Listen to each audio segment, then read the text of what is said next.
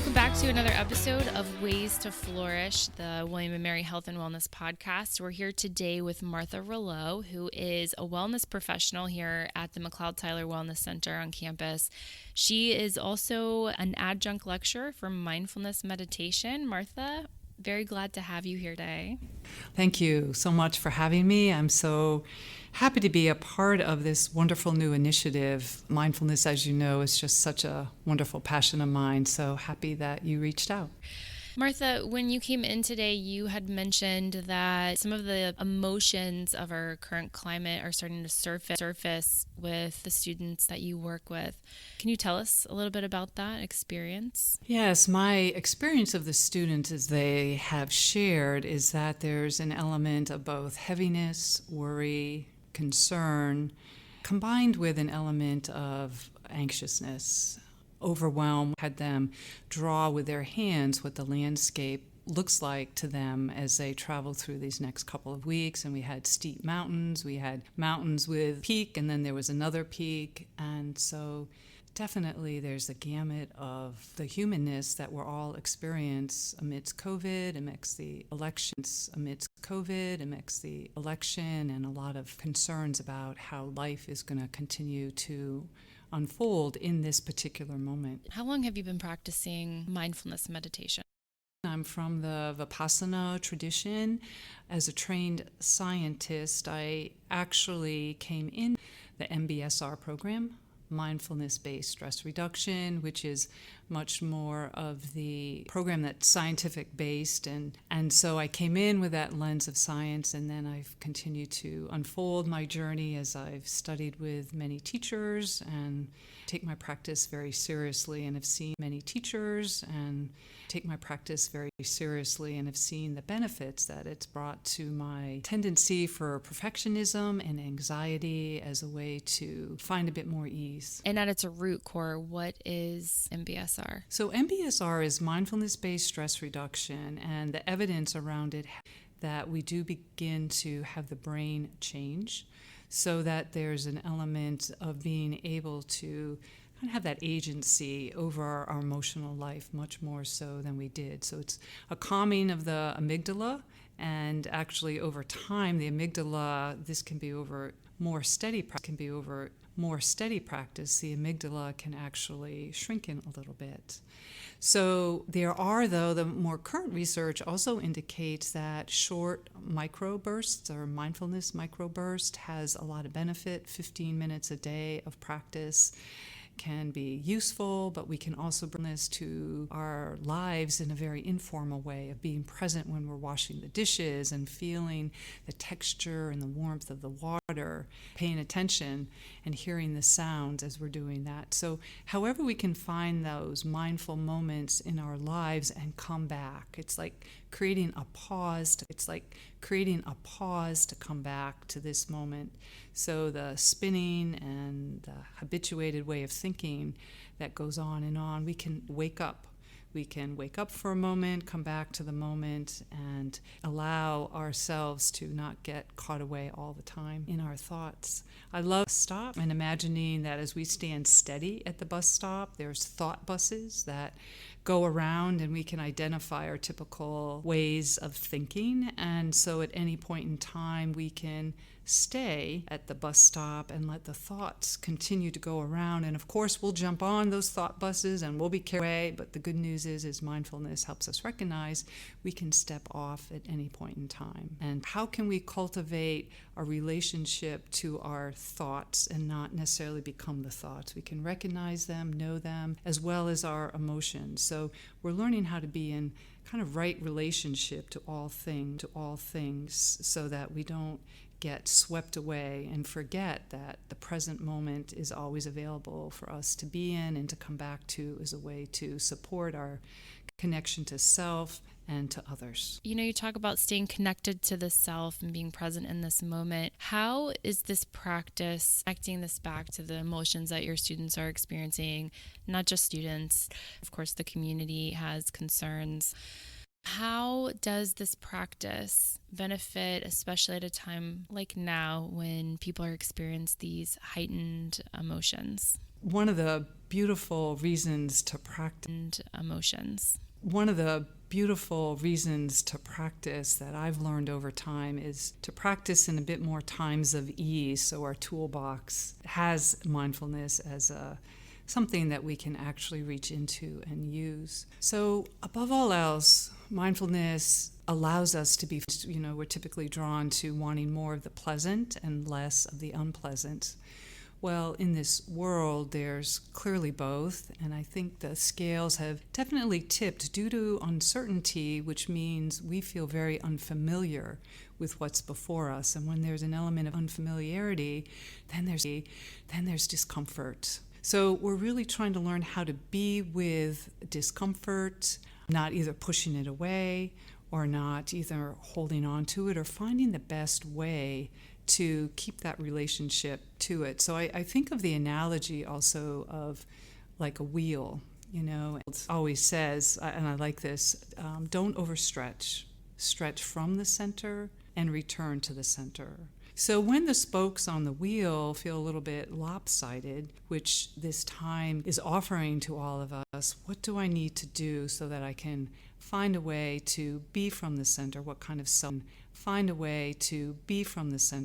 self-care do I need at that point in time to manage the fact that, gosh, I'm feeling a little bit lopsided? So that's where the beauty of being able to step back, come into the body, helps us recognize that, there is another way of being. The being is what is here right now, in this moment inside of me, amidst the discomfort.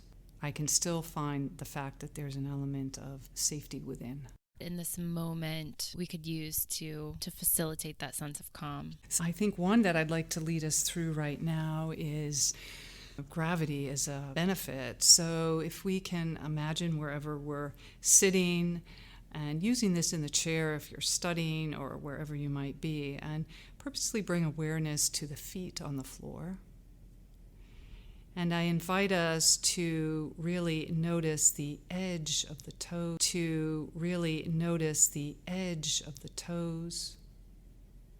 And we're not thinking about the toes, we are sensing the toes.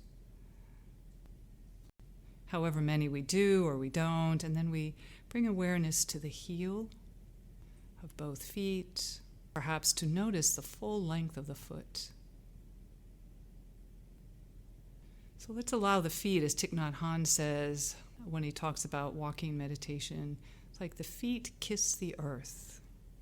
So they have their place right here and now. And then we can shift our awareness to what we notice as we're sitting. What part of the body do we feel resting on the chair, and are we allowing the chair to support us?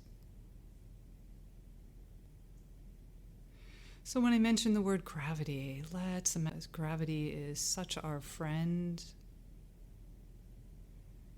and feel that body releasing even a bit more into the chair.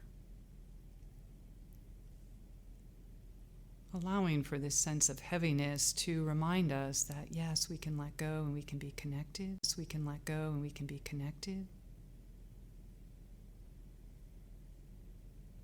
And then to help remind ourselves of subtle nuances even in our lives when the picture feels big and bleak, let's offer a subtle nuance by pushing down on our feet. And as we do that, let's engage perhaps the sitting bones and feel the spine lifting up. We can do that on the inhale, and the exhale, like sliding on back down, relaxing and releasing. So even just that gentle, subtle movement engages the body a little bit, brings a little bit of gentle movement, and reminds us that things aren't all one or the other, but there's opportunity for those mini changes that we can bring to mind, to our body. I love the sense of resiliency that you brought up, and having an established practice and building up to that state in the present moment. I get the sense that a lot of people aren't feeling that strength inside of them. So if I haven't done that work previously and I'm finding myself with heavy emotions now, what is a practice that I could explore to help get me to that place? So, Lindsay, we all had those moments of strength. And because of our negativity bias, we end up kind of focusing on all the things that haven't gone well. And there's been so many moments either we've had what we call a neutral experience, or there's been something that's been pleasant, or where we've used our strength that we haven't acknowledged to ourselves. And this negativity bias, which is so well known now, was designed for our survival.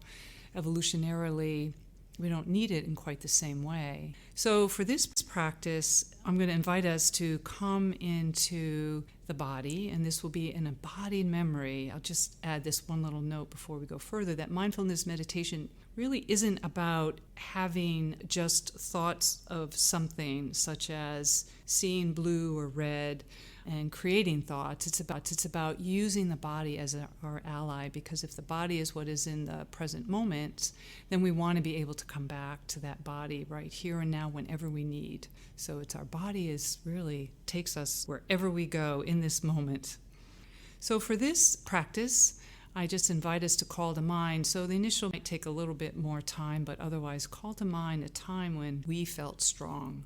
And that can be in the realm of feeling like we persevered, that we felt ourselves when we were energized in doing something that mattered to us, something when we actually did something physically, or it could be a performance.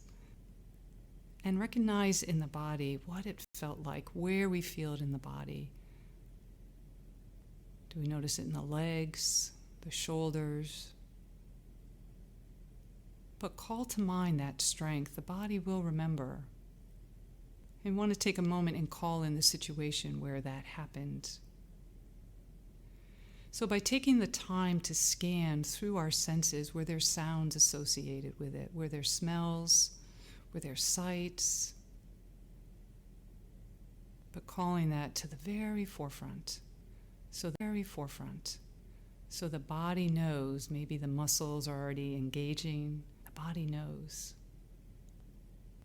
And then from that point in time, right, when things feel difficult and we catch ourselves on that habitual way of negativity, which I find most of us have, a certain situation or cues, our mind goes in this typical pattern. But when we find ourselves there in that way of thinking and we wake up, that mindful moment, calling to mind and remembering that we are strong and that we have that experience, can be really useful to again break us out of what we feel is say, no, it's not a forever loop.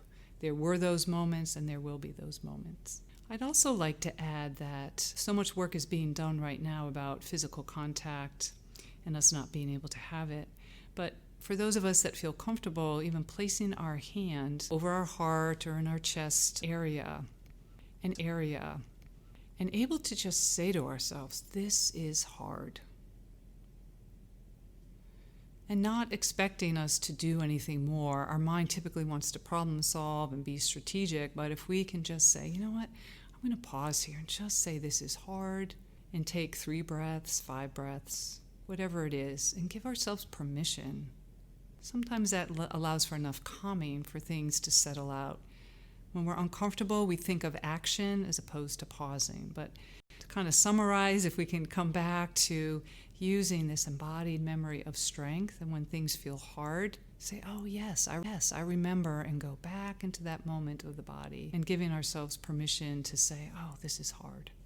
Martha, I'm so glad that you're able to join us today. Anything else that you would like to share about mindfulness or this practice? There's actually a lot I'd like to say, because I am such a person that believes in the innate goodness of all of us, and the earnestness in which I see students and staff in this William and Mary community, that when it gets hard, understand what self-care is for you, just choosing to pause and find that opportunity to be with the body, whether it's inside or it's outside with nature, to get a different perspective, please make sure to offer that to yourself. And remember, you all are enough in your own way, and there's so much to celebrate with that. Flourish. You can connect with William & Mary Health and Wellness online at williamandmary.edu/wellness or download the William & Mary Wellness app on your Android or iPhone.